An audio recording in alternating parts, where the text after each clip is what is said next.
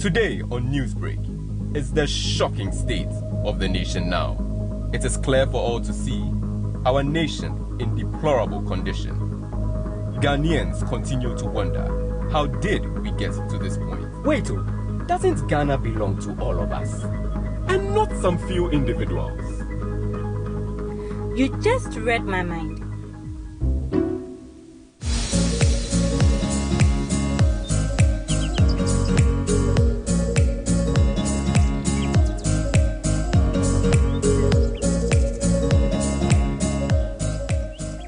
Why must someone come and spoil all that has been built for over 60 years? And we still need to build it again? It's all because of the future of our children and their children. Building the Ghana we all want together.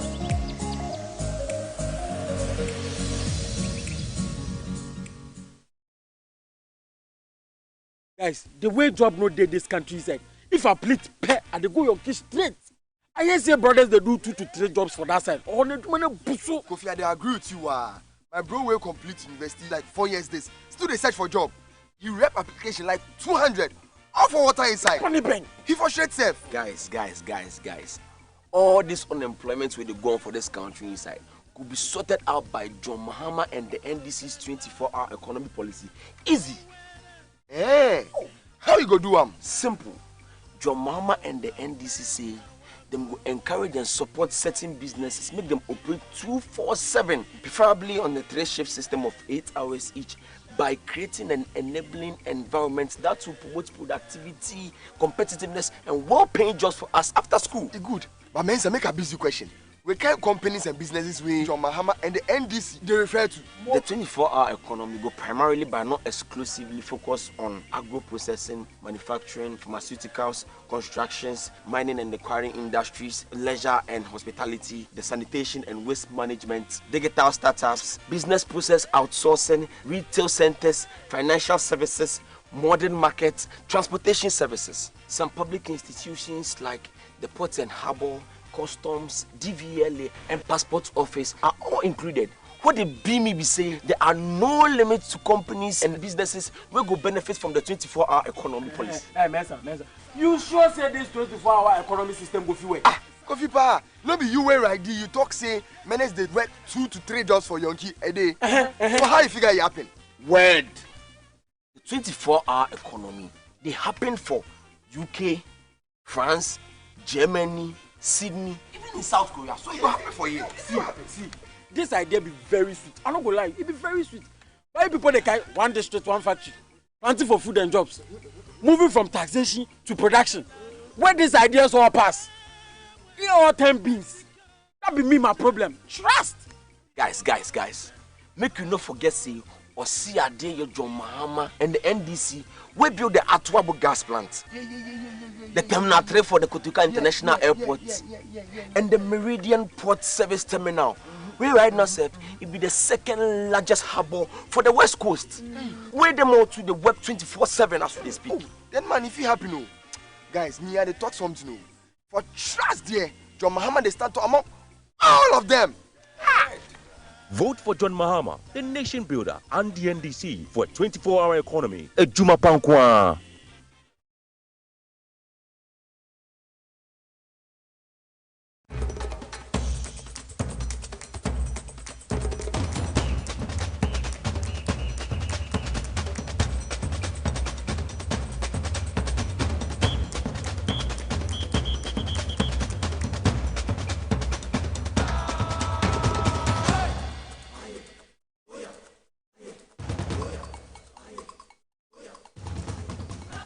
Live on TV as was it, and also on Power 97.9 FM, and a Thursday, the 25th of January 2024, in the year of our Lord.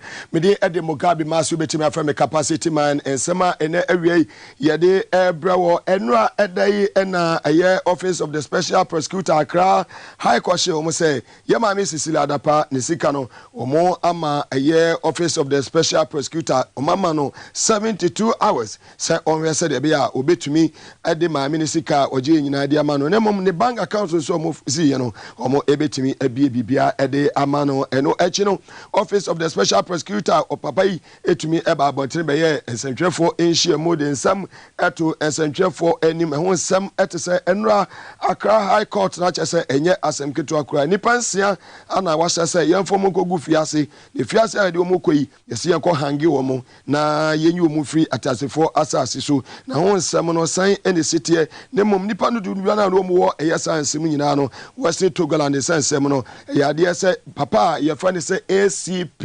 eye agojo wono de court ne se onfa ne ho eni ene afofo a eka ho ensambei ena Martin Pebu ya ono eka lawyers kukudanfo mu gina mu etwitwaje papa ye fe ne se eye ACP eye agojo yi ho nsem no san eni sikosi ye na lawyer Adawud nso no ka eye lawyers no ensambei ene mo ede etudwa isasala se John Dramani Mahama eda so ewo Asante Mantemu a ogba pro ni nyina ye building Ghana tour no ena ode ahyehyɛ so ewo ne no aye 24-hour economy work Ashanti Regional Capital Kumasi na enei efa na wode ne to no ede akwakodu prepre ameka say yade so engage eyeti sumpanifo eye KNUST na ensem no say ene ono so eka no na nya no nkwa enura wasa kopie mu Ebenezer eye Miracle Worship Center na che say one sofo a ye friend say eye Ebenezer Adakwa Yadom omo ekosom ho ananya asem ketua one Ashanti Regional Executives ni nyina na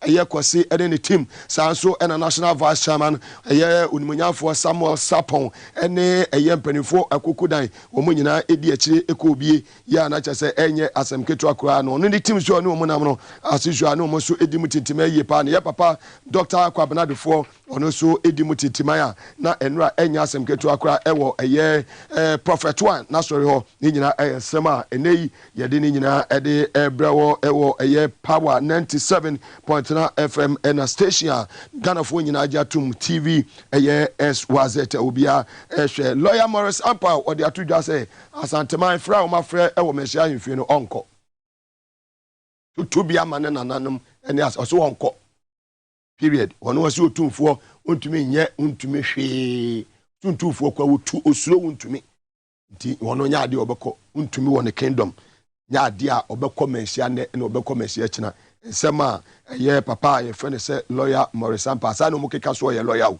na wuti ni nsema okan dia well na minim ti em fane sa pepepe muna ensam de edoso me da asena kese ebema Safari Valley Eco Resort yomo eye dew in the Eastern region of the Republic of Ghana eye constituency aye for say okre sa ena asena kese so nkoma power specialist about hospital omusu ekremu as natural mineral water say no tracks ni bebri anaba omu yinsu no betu bi koton na so wonya so eye mfaso sa so na se da PSA nkoma eye amusu eba clinic ya omusu eka ho techiri na eye Hebron Hills International School omadawro maka ho techiri ni edjumadi ede ebrewo simeti omo medam hono maba ye ba afei ye bejebre na ye bia ensemnum all the 16 regions across the country power 97 on Facebook live TV SWZ Ghana Facebook live o like it na o share on YouTube SWZ broadcasting sound so ena ye na police station say twahia ewo Ghana for na nyina say ewo pussy ga ba bia befa bia o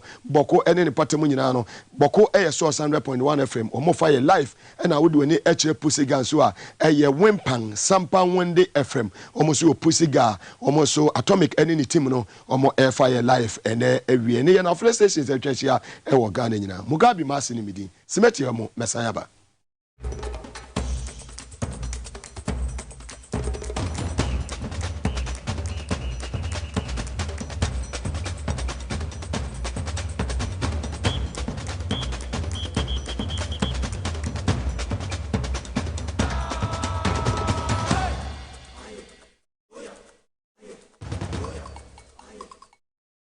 Yashase and Yashase every eye enra de see ewo aye Accra aye High Court Abra Court echo asetna with the support from the 900 million angels say temu e de ama obebi a won ansana no na wo say ene mitimi ma to me win big and this car me beche ni ska kese ene Thursday ska kese ena me ba beche me sa kan as usual wonim say edru Mugabe trans say dia kudi ligri l'argent ɛno nko a cash ɛna mehyɛ star 274 hash na wasɛnde waselect po FM number 1 wabɔ 1 na ato 5 Ghana 2 na ato 10 Ghana 4 na ato 20 Ghana capacity formula ebi edit 4 times ebi edit 3 times wote wo oyɛ de usu twa ubedi intimetra wo enhwe wanim onya 18 years and above ubetumi etwa bi na oso wadi nti awie ya no menyu ho emfrim twa na wotwa ubedi na bibia so etimi akonkan ede amount enra ewo Accra High Court na kyese enye asem ketu akra abra eye court ekwa asetena na eja womu I put it to you na kyese any office of the special prosecutor woni ne panifo mu nyina kopiem ewo ho na ne kyese ye maame ya Francis Ladapa ya no ye sanitation minister na asana court be bekra de na wo se nanado letter wotwere ede ba abontin na kyese maame kwa wodi kai asan ne dada nti na eja Ghana fo nyina hu so kwesi ankosi kwada maami ni sika eyade se na nado nsem ode betu dwa ye be clear maami enkonkosi hwe na no enenu court ko asetena wo mo na temrase ye wo de betu dwa se ekwan a eye special prosecutor efa so eji maami ni sika no entwa yie omfa ni sika ema no na asembia enkoda na mom ne bank account nso a wa ye wo de tabon eto so nyina no wo mo embie ni bank account no ma no sika na eye maami ne dia ene nti adan wo wa ben monti a eni se eja ono so onya ska na onya dollars onya euros ana onya pounds omo fa ne sika enfa emano na bra court no ede nsem nyina etu dwa no special prosecutor opanyin a friend kesi ajaben utumi efrens entwefo nhyiemu na sana obeha asa ruling bebekwei na papa we de kan aba abonten se ajampanifo bi mpese na djuma oyi obetumi agina no waye na so ba abonten ebeto onwum sa nkwa no ma onde ode ne kraba afode woye ne obetumi bia ne mre so a na okọ nemum omo titi ni nyina no obegina ne na so na watumi aye adwuma ede aboa eye oman Ghana na eno na enra abra court no kwa asetene o share say maame no fa ne sika ma no wa ma eye office of the special prosecutor no no ahwere mako aduosum mienu 72 hours omo fa maame ne sika ema no yeti nsem a ye papa law eye special prosecutor kesi ajaben ode atudwa ema ensentrefo after the court ruling. Large amounts of money, mainly in foreign denominations, and other valuable items involving Ms. Cecilia Abena Dapa, a former Minister of Sanitation and Water Resources, and her spouse, Mr. Daniel Osei Kufuor. Investigation was triggered by a complaint filed by Ms. Dapa and Mr. Osei Kufuor to the police against certain individuals on an allegation of the theft of large sums of money from the residence of the complainants. Ms. Dapa was the Minister of Sanitation and Water Resources at the time.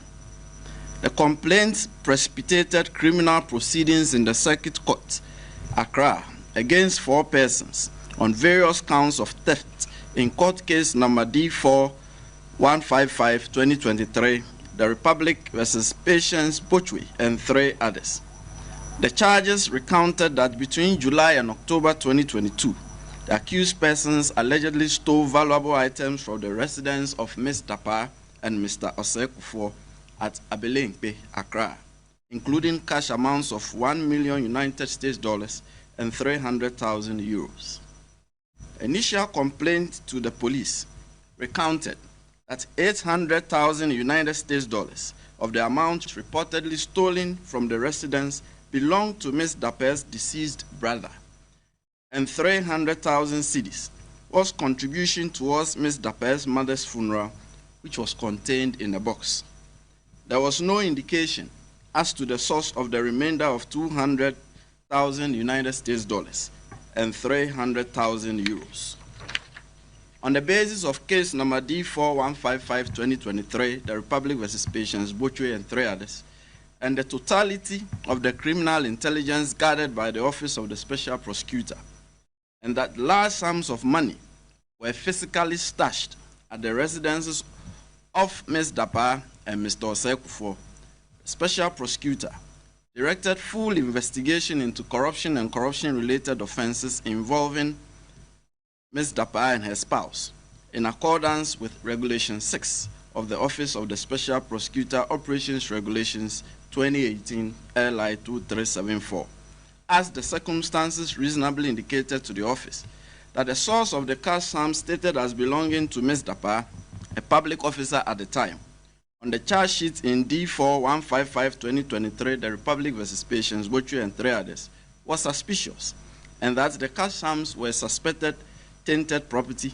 as being proceeds from corruption and corruption-related offenses.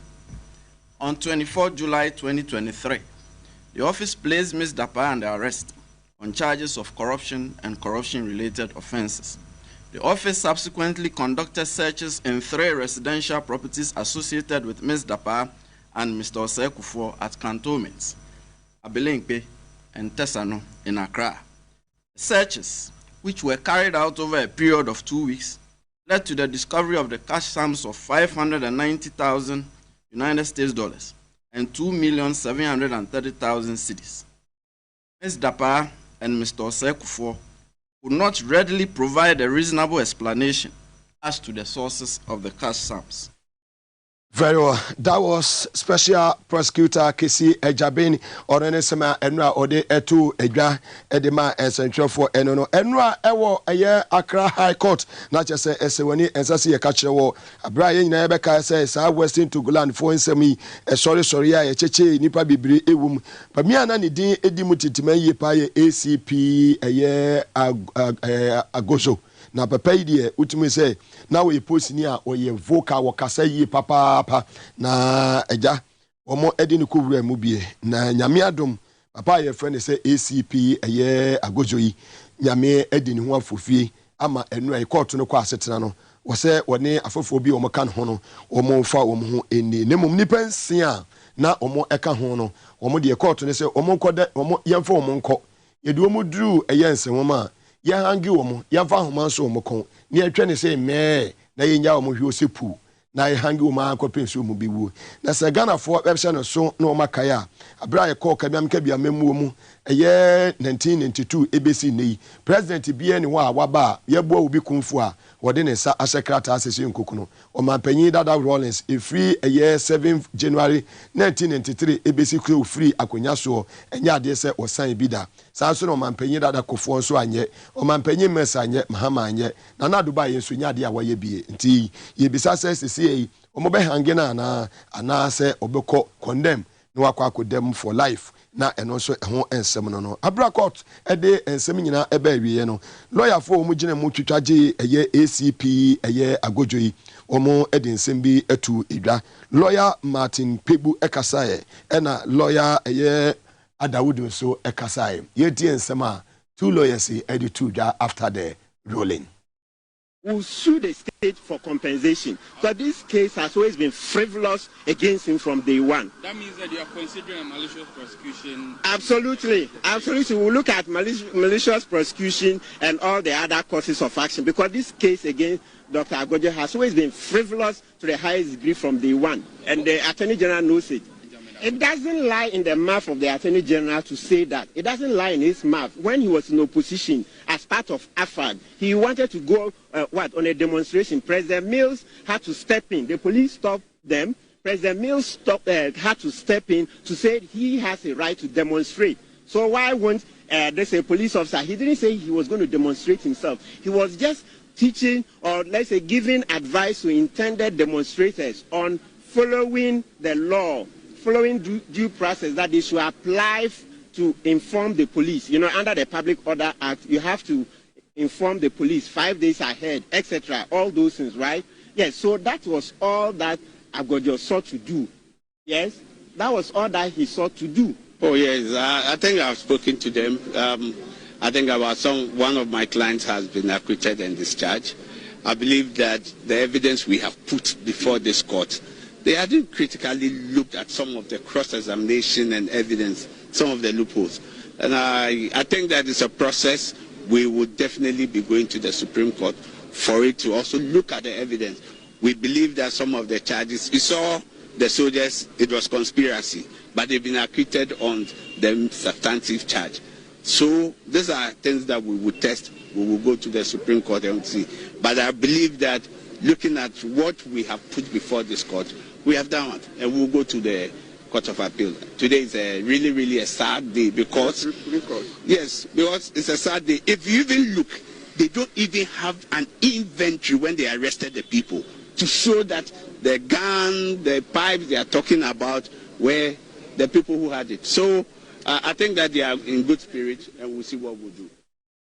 Very well. That was lawyer Martin Pegbu and lawyer Adawudu Capacity Lawyers and Moti Omo and Kaniti Godfrey Dame.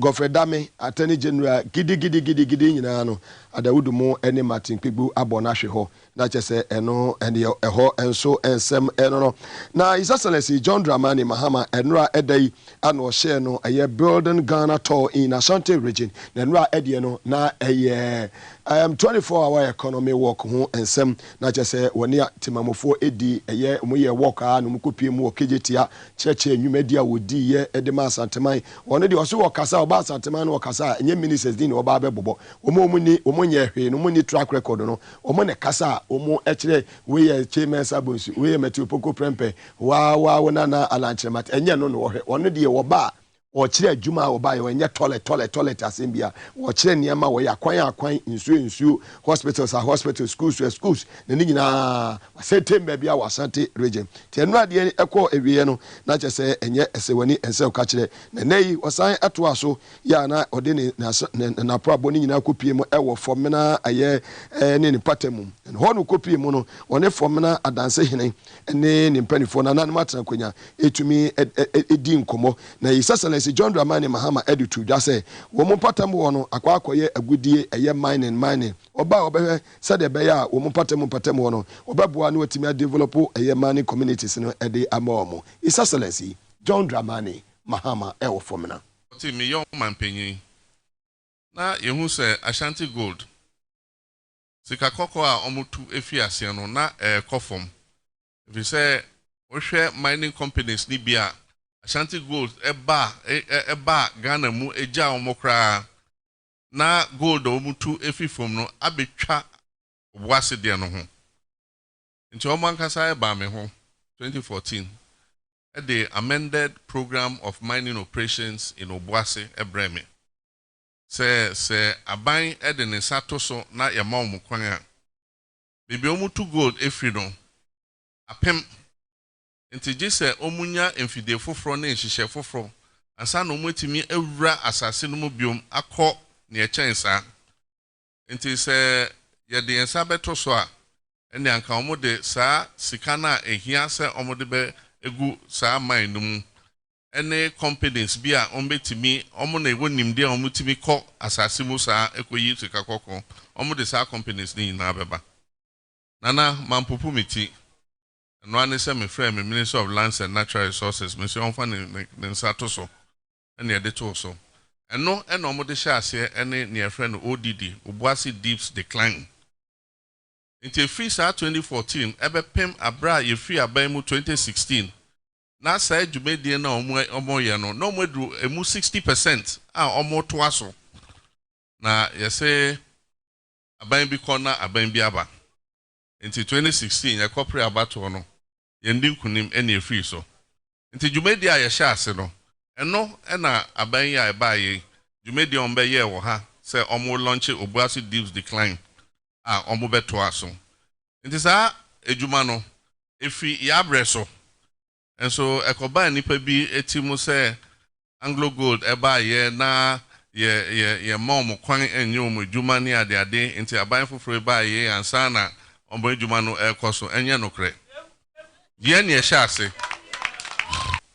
Tumbra Nwachese, incoming President of the Republic of Ghana, His Excellency John Dramani Mahama. Now, there is some etudwa ena a year for mena adanse hine a year opeja kochre bonsa every year the second. On also editudwa kasai. Say wube nyasa separation of powers. Ebe to me a year juma a new constitution. Ebeba na parliament any a year executive no. Will be able to me when why any dear said be near my bit me akuyi near say constitution mo kena ye pa yet ye gabjun pa wadwene steps obeyen wo Ghana no ma shedding ma say ubetumi wadwene pa wo trimu no na wonam no na wo ba pole because obi a wa papa de enti no wa bada no papa e obeye ye no na wo de nam obi oba foforo dia fe no be kire se me ba meyi we wo de wo wabada ti wo problem no anso pisa na yenim se nyame kopon na si hene na se nyakopon se aduru so a obesa ba biom efiri se wo no wo ba no wo nipa a wo di wo medi wachi no wo mu ho dada woni mu no na ya adwuma no ana wo mu beta wachiri akoy abye de so mu ye bia na me de ayi kakra me pese me kan ne se ye constitution no ana SSC esesa no ye sisamu a eno na betumi aboa o man no me ma hyeden piao ase wa ye bida o man no mo be ya adwuma ni no mo ho dada. You have the men and you have the women. Tinya afi na wo bebre akwete say de nanado wontimi nya reshafu say ubia na akiri ye komenhyi a ye de apapon na edi animo ekoidie na chese mema no o masa ewom wei eye fomna adanse hene eye opagya kotwire bonsra afiye the second nesema odi etu edwano no Excellency John Dramani Mahama ene awie okopie mu ewo ni wadubiase ewo Asante Mantemu na ho eno ye town hall meeting ya one eyetemamufo wo ho no omo ni omo nyina edidi dwa eti omo nsem ye tie nsem a Excellency John Dramani Mahama editu dwa woni eye fishing eye traders no nsem a odi tu dwa ewo edubia nanom Era Jomama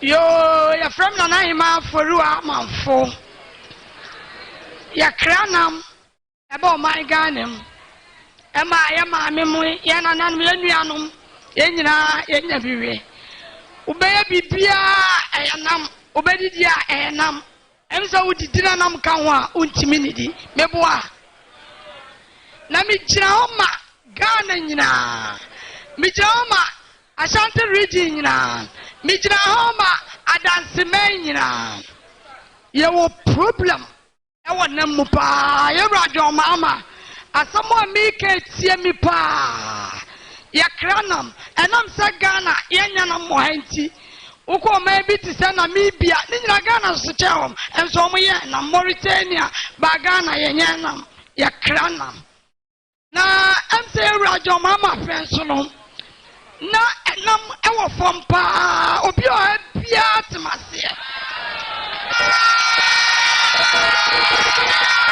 uko elimina haya enam buosa ma omutimi di bimba kroma nyina oberana kasia enne unyansa ya krana fi Mauritania Senegal Angola ya de nam ne ba bedru portwa and one some bebre taxi bebre meno kasai mitimika container be a 5 6 na maton ba ku mienu na matimi die yi aden ye dwetre ye sen ye dwetre nyina hye anu nti ye se amfa fatama ye de kwa kofa Togo Cote d'Ivoire ye de kofa so na bedru alibo ana aflawa ene one some de chaze wuyi ni tama amene mu kasai ya send bia ma me e wo me phone so a menam aka nhio so aden enka first no elimina NDC chairman o local boat ye kokko yi me kwa na me nkotama enne na kufu adubai watini nyina afri nsam etina wo mu de anam sam no aye politics Yero Jomama, no, Yakofana, Yeniman PPD, Yeniman DC, Yenu CPP, Opiat me, my bito, but not yet, Ukwa, MPP for Ukwa. It's a dry, Minian Kasama NDC for Ukwa, Uminia MPP near Autonum, a big count. Minia CPP near Autonum, a big count, and a Minia NDC near Autonum, a big count. Ebra jo mama and na me no ka say me ka mienu si aliba sika daswa mitimi manfa na me na mfatama me kokko yi ni wo Cote d'Ivoire me saba be ye du ti akra enka yesense me fa ntama nanso untimi yi aden me wo invoice wa metimi di akere nkrofo ni bi di atoso ufri Cote d'Ivoire Togo a utimi twato ukono ba 7,000 sefa and that's so far equal 20 people 19,700 and $13,000 13 aten yasigana uko fana mesiti $, uko tofia yasiti $, yero ajo mama uba sani emeni nyina ene na yesidi nu yentwamwe na uko to bibia $, uko to bibia sefa amaye timi nyare enti masem tituru ni se uba enam tax no tete sumaye na yenyana mwe na ye bra Mame okasa yi na chese omo tonton nam omo ebi na wotu mu kan yeti nsema His Excellency John Dramani Mahama anu yi a wode ema omo nyame kan se mamu paba na me ogidie se 2024 yi abato a ebetu NDC bedi kunim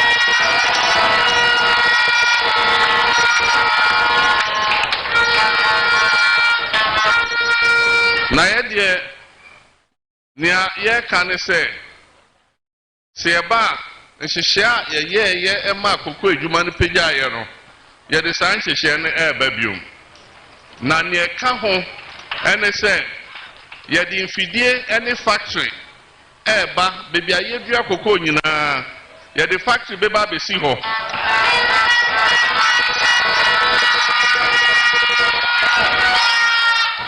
Senabea, cocoa, no, abano, ye fan qua brutribium. Ya Casa. Yebeye koko eyi abano ehun ejuma oha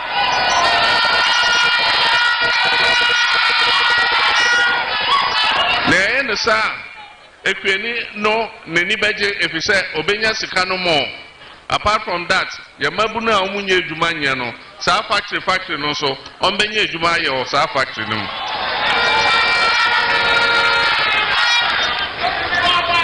minia okasa efa omo digwa e wonam mu em say no e obi a o import bia e na sa ohaw no e wo mo so e be say abra NDC free abemu because I said December 31st na CD to the dollar e 3.9 and then so there say ukuta so no mumu ba ko o say we are moving from taxation to production ye be jai toje na ya yejuma na sikaba. We are moving from taxation to production. And then so the and then appetition na yejeto also.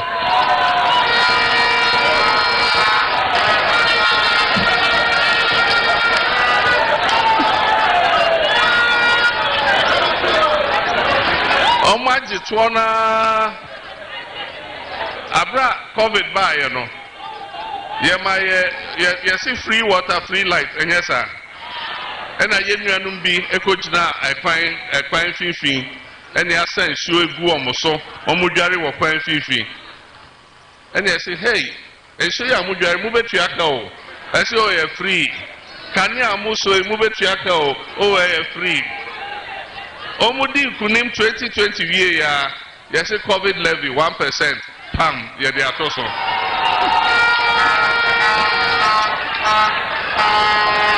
Enti afe ama ye port eno ana mame kan wo de normal fatema se wo hwe bela ye de bema wo no na eche se edin enti eno ano kan no ebi ede omunnyoma fa Abidjan ebi so de omo de fa Lome enso abra ye wo ho no ye port no foforo kese Senebeya yebetimi amagana enyoma na eba nyina yetimi eyi ne every ships the montem na Abidjan ne Burkina Faso Mali ne hwan omina abenya afa omunyoma ewo yekrum ha nso ene port no eda ho nipa bebre empese omode omunyoma fa ho nti eba sa nyoma ni na ebehwe na yasiesie Senebeya ye nuanom ede omunyoma befa ha Yes, Papa, incoming president of the Republic of Ghana, His Excellency John Dramani Mahama, and Otini Kaniti, Onini team, a former chief of staff, Unmunya for Julius Debra, and then Penifua Kanuinano, or Moda Sugusu, a bar prodden de was Mantema, and ye as I would say, Dr. Kwabnadu Fonsu, Dimutintimai, baby Obekubia, Cecia Mikasei, or more Kwame Nkrumah University of Science and Technology, ya, one a year TUC, a year Trade Union Congress, or more Penifua, a year meeting and also near Ecoso Ewo Enono na ti the Ecoso Ewo Hono Enche ye de Obeko na yakwakohwe de Ecoso Ewo eye asoye ho nemom yesa de yansa ne de Obeko Kia University asoye ne yakwakohwe de Ecoso no is ye lawyer Morris Ampao sa no mokomo so ye lawyer ni sa no mokeka so ye lawyer Morris Ampao asanteman so mu hia no menhia yefie oda so think radio ni TV so edwa nenum etutu bi de mane eye asanteman yentie na Morris Ampao mo yeso se wo ye okay de yentie Morris Ampao. If you say traditionally no me megu fia wo so catch me say lawyer na me ye no a lawyer of 25 years standing high moral character proven integrity me need misconduct I'm competent enough I educated the whole Ghana 2013 so nima me yejuma ma otumfo 2012-13 otumfo ma be family free Accra the pahin be family free 101 for the good work that I did otumfo gave me assignment I went and performed and he need catch me say me you got them me walu me ma ho you na wo prejudice say what judge me ye di matem and I was social media nia na mo wie no say some mo kan nia no I was social media and matamfo otumfo atamfo ewe jama mutu atamfo all the relationship that is smart we do atem no di matem kwasia ye di matem poto obi entie masem me go dey water home no mabu fo wie me ko anya jojo me ko jojo me ne pono o se me full lawyer na me ba ho abaye de o ba ya full etino they have already produced o see otumfo ni ho I'm sad Asantini will never behave this way. Yes, I'm telling you. Look, Asantini. That means Asantini in Wotumfo no more makanyina no. No, but what they did, please be honest. Moya hinfo. Traditional class we here. Mose nipa mi no edi nsebone. Ba ko e chama ntumi. Asema Mose maka no. Mo tun sa frame. Na mo tie mi. Ana mo tumi sa frame. Na mo di mita. E be di matem no ko mi. Who to suffer no is that see the constitution is bigger than anybody. Otumfo is subject to the constitution of the Republic of Ghana. Yo papa na omo ekeka so ye lawyer eye Morris Ampao no mo na ekeka so ye lawyer wono e na mote ne nka no ti de wo ho eno no me saka sa 274 hash no was selected Power FM number 1 wabo 1 na till 5 wabo 2 na till 10 Ghana ja ene misi me ska bibri ska no sumodu ye wo se utwa ne ntem me da me hona me kona me ba ye nua ba honorable Margaret and say we neck member on the position kosoro mo beti ne nka mago ne mo beti ne nka na mate afi nyina menye hu no last week na ye ne ba nhira birthday na ene de mago aba aja wagume ne ha na warrienti meye ne den mago aba ena ye honorable Timothy Atabode ya wonterem so aba mesaka star 274 has no was selected Power FM number 1 wabo 1 na ato 5 bo 2 na ato 10 Ghana sana makwa aboafo nkrato aba no o so wo capacity bogum sana maba ene eye Thursday what you say enu watwa midweek nti enei ye da so tarim ene ska no mememu ayedu e di amount when you be so achele kama what you say when you be achele na bibia so atimi akonkan e di amount ti enei nwumre wo se utimi ekwa chele wo su eye night market na mo amobeko Titanic beach nsu mo nya biko mo amobeko Tawala what you say edem mo nya biko montwa na wutwa ubidi Star 274 hash no was selected Power FM number 1 wabɔ 2 na atew 10 4 na atew 20 Ghana cedis capacity formula no 50 Ghana and I'm the shassin twagum ma mententem na me ba so be like winner e ba sisi afi ya be sinkonya near di Omai Ghana ho enkomo menua Captain Smart unua TV unua FM nchia kese enkoma ho nkra no so mensa akama god aba nti aseda kese enko ema woni utim ni nyina e ba sisi ya.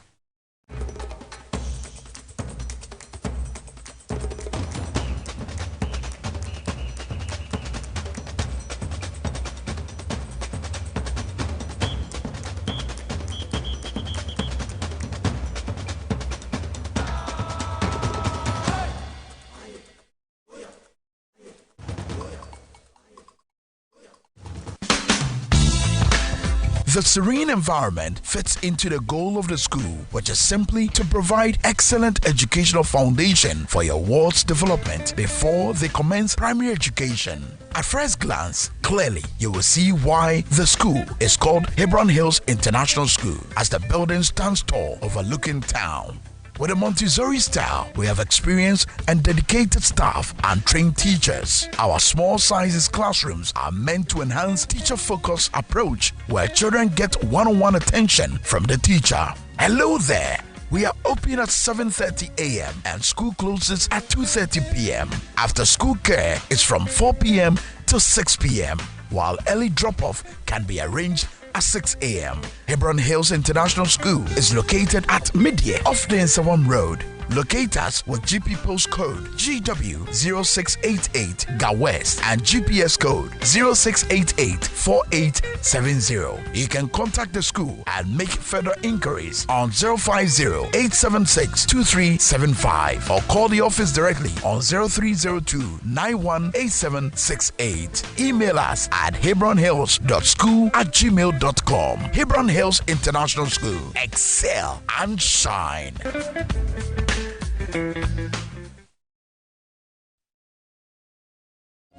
Hey there, do you want to win a brand new iPhone, a smart TV, a super cool refrigerator, free data, and many more spectacular weekly prizes? Or perhaps you just want to jet off to the dazzling city of Dubai? Then get ready for the Indomie Pack of Fortune promo. Here's a scoop. Just buy any pack of Indomie and find your unique code inside. Log on to www.indomieghana.com or dial *844*44# to participate and unleash amazing gifts right on your fingertips. Remember, the more you buy, the higher your chances of winning an all expenses paid journey to the vibrant city of Dubai. So hurry, grab your Indomie packs and win big with the Indomie Pack of Fortune promo. This promo is regulated by the NLA on the Caritas Lottery platform. Terms and conditions apply. Indomie instant noodles taste great. This advert is FDA approved.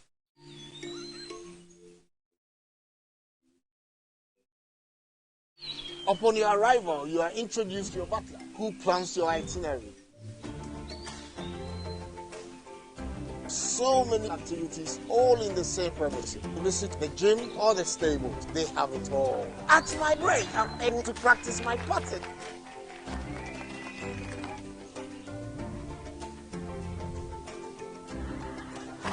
They used only electric vehicles here. This creates a serene environment.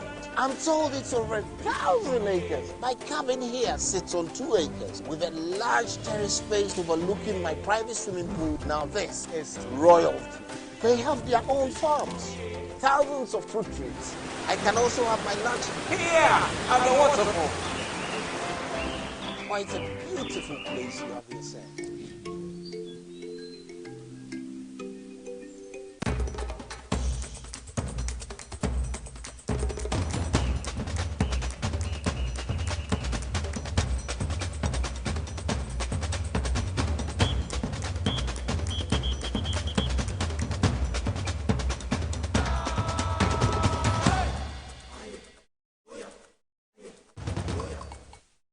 BM Ediba TV as was at a power 97.9 FM and yawada January of performance minute that was you know it won't be near you know and I'm be a doing a fini basin quina na di or my Ghana home and come Honorable Timothy Atabuade, a winter former MP for Busa North Sandema in the Upper East region of the Republic of Ghana. Ninuaba a yella de appende see what cost and them Nissan them for in a sound so ena inuaba a honorable Margaret and say or your neck member do na friend and mago on also ewaha and every na His Excellency John Dramani Mahama said him can edit to Jano akopiem ewo KNUST Kwame Nkrumah University of Science and Technology ya wone a year TUC mpanifo edi a year in kita home nti we no a life yebebo ewura KNUST na afi me ba bedwafo esim kwanya atena sei na ye de enkomo hwehwe no ato aso nti enkofa His Excellency John Dramani Mahama life every KNUST than you have. And that's why when the representative from Technical University raised the issue of the dollar and the CD, it is at the crux of what is happening. We are in an economic crisis. And the other time in Ho, I said something that people misunderstood because I said that the economy is in crisis and we might come to meet after this government have left, we might find out that the situation is worse than we have even been told. And so I said, we must all prepare to make sacrifices. I said, we would reduce government expenditure. We would reduce the expenditure of the office of the president. We will reduce the number of ministers. We will reduce the number of ministries. Agencies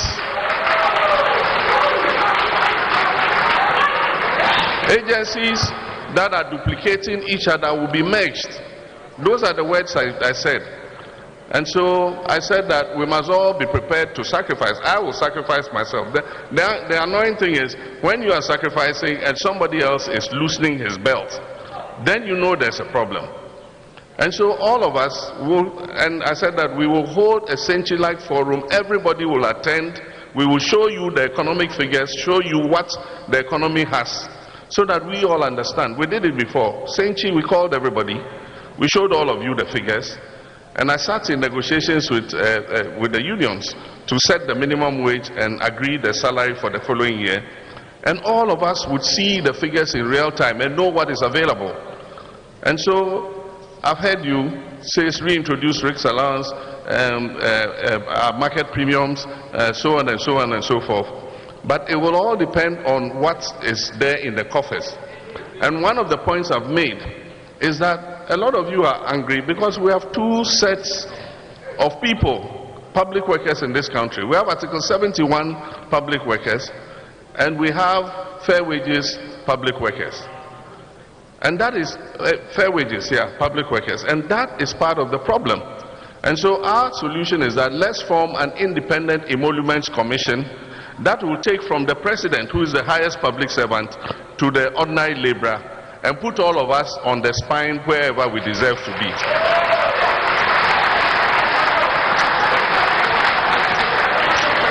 And so several times I've called for the support of organized labor to agitate so that we remove Article 71. We should all our emoluments should be determined together. Because if the president too is on the same spine with everybody else, he will work to grow the economy so that his salary too can go up.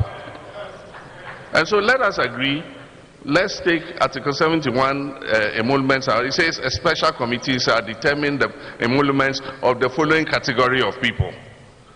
And so that committee determines how much they should earn. Everybody else, you have to go to fair wages or negotiate with government negotiating team or tripartite committee to be able to set your salaries. But if we're all on the same spine and we all have our salaries determined, you know, in the same way that is negotiated, all of us will know that this is what is available. And we will be satisfied with what we are giving, and we'll work even harder in order that we create more so that we can share more. But let me just take a few of the things you said. We've listened, and we have a lady, one of our young sisters, recording everything that you said. So everything you said has been recorded. Beatrice, stand up. Yeah, she's got her laptop, and everything you said has been recorded there. I might not have all the solutions to the issues you raised here, but I'll just comment on a few of them. His Excellency John Dramani Mahama, incoming President of the Republic of Ghana, and Mote Nenkano, or KNUST. Nkomotwetwe no gusua ekoso ne mom mama bedwafo akwa abana fe yemfa dwumadi ne ehihye so star 274 hash no wasende wasalete po FM number 1 wa boss de medical aka na enemechi scan bibiri scan su modu mika chiro se scan emodu awose otemase scan modu ditwa ne ntema me star 274 hash no wasende wasalete po FM number 1 wa bo 1 na 252 na 10 4 na 20 Ghana cedis na fe ubogumu sa na fe yeko capacity formula na ye adwuma ene ntino bom mame sa 274 hash rafo no what you say o ya rafo no na wo keve no what you say na bom sa ebia weekend wo pese okotema kochele what you say wenye ska ube yuntimi mfa bi nko ibi so na oka asai nti wentwa ni weni ebede na wakotema ibi so pese okọ sapima weekend it's na Friday obi be ko sapima akwa chele awose wutimi twa na wudi what you say to post 274 hash na afi what yesim ebi be ko eye ashama chele ebi be ko eye tawala edem semi so be ko tawala we ne din ni Friday night de on fe ni agro ti utwa ubidi na akonso watimi achele ende tilapia papa ene fish wujetu anu wajato aso watimi achele mofra no so no aka se mandi moko school nwanya kakra de eje o mo ofie power to the people and one no we ma bedwafo akwa ba say ladies first mago official pa fin committee en first no ga o fe na edware o say wadaro se obade ne ho ye fry ni wura na ye de aseda ne man fantastic one hanti nyameje ne de na so waje de aka yes aje me free hanansem oh se me wo ho ansa na oba and I make her say I didn't mind sharing. Into sharing no so what when share now yes oh be dia boss dia me wan say na ha neba oh okay ba on say me under G into no me ye no boko ha na ye extrovert into mo bi ehun ye into na imagine nsem say ono so aware into say ayeka they say I come in kwa American soldier and I'm who the for ba ka ho I don't mind sharing who the three crab ka ho okay so obotom na che second day wa 22 into ye bebe Honorable Timothy Atabode me makwaba. Honorable Biaboko de. Biaboko ye de nyame ase fantastic. Mama ya pomdia ne kwama ya betuna ha. Me chia my sister so mago. Me ne che ye share wo program so achepa. Me de nyame ase nyame ama ya kwama ye. Wife chance ama ya betuna. We was ya shape abadwe se ni uti. Yes. Baba Beni you. Oh baba na your friend Yusha. You shall East Legon. Hana interesting. Maybe I would say East Legon ako yuti. Unyeni part. Where you are man who and I'm offering a different level. Only your car some na cheme. Honorable Clement apart. I said now why for too much. Program. Oh, say messages in it. Well who that? I say Baba Beni you. Dr. Clement Busa South MP. So no amboni me ba and crying as a member of parliament. Now he was located at Shell. I was from Baba no. Golden. He's like on there Baba so. And then he's been the one who has been shaven. He's good. Anna Baba keep telling me. One hair white no. Obi an say natural. Okay. Natural na business. I wouldn't so actually now. I know how 24 hours. At least I man for me name no be business. Okay. Started here white now we win him. Now the big can work on sama. Na do government they will be team ne. Yes. Be a white. Be da nyame ase say. And I say na share good. The war. Na make her say Haja Zinabu Muhammad former national women organizer. Yes. Okay. Haja also did any birthday. I think 2 days ago. Oh, okay. On Tuesday, in any birthday. Okay, so January. And Yaman, happy birthday. Oh, okay. In Shasu, 19. And August, 7th. Fantastic one. And January for Modo Super. Fantastic. And Lady Adobon, so 22nd. 22nd. My idea. Any open gate, floodgate. And oh, but I feel like I started from April. Yeah, a year and started April. Yeah. And then when more different. different planets. Well, Mago, Famesha say na for 24-hour economy work no any building Ghana tour.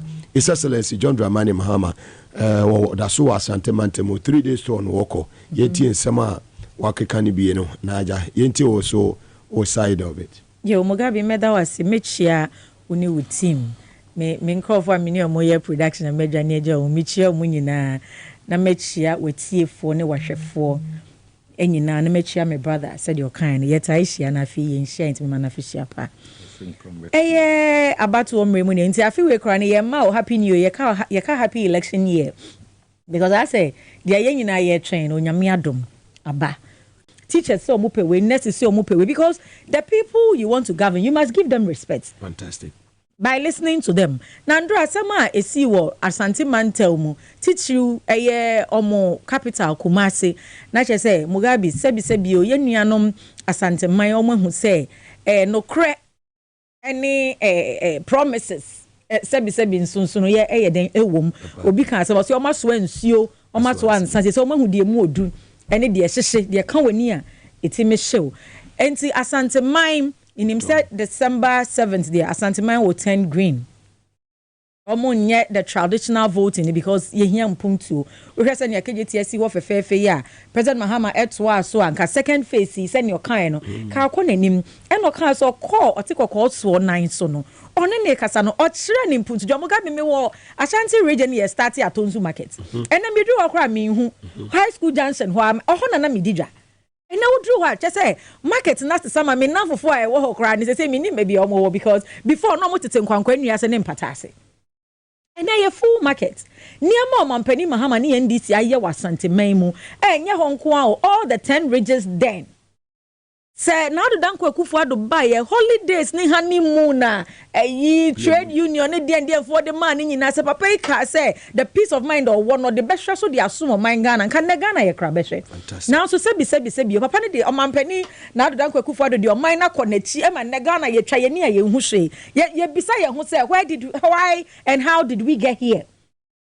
Enti the omampani Mahama ni NDC sere ne say Asante man ya somo pen mu hu asetena ye ne motena ye Sa asitna ne experience a waba betene fie for the past 8 years dia wahum dia wate mete se na for me na man hene no ka kire ne say o experience ne dada na bonsa o nipa dada because President Mahama su nipa no nyame anim ne kra bi ni wiase president awaba yetu na de so wasan ya ba a o san ya babiem Mugabe President Mahama ye obi a enne yeso ani ina enwimre obetimi abo ne cabinet because onim nipa oni mo be adwuma onim obi a NDC fo nyina oni yatena onim obi asuma ni de obi atimi ye and se mpempe so man na du na nya afei na ye ba be ye obi beba na odi 2 years abe ye abe appointed minister so we don't have time nya afei no obi ba be ye experiment because onu emu no kra oye vice no ye 40 man squad say ye hwehwe Ghana ne enti a ye sika no enti mi nko na nim ne yamfa na nka ho.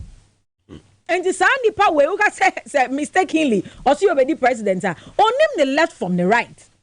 Oh me I don't know. See ye hear nipa said they are for me na man hin ne kan ye no. Ye hear nipa or experience or what the men. Oh ma sound so ye be the President Mahama wo track record.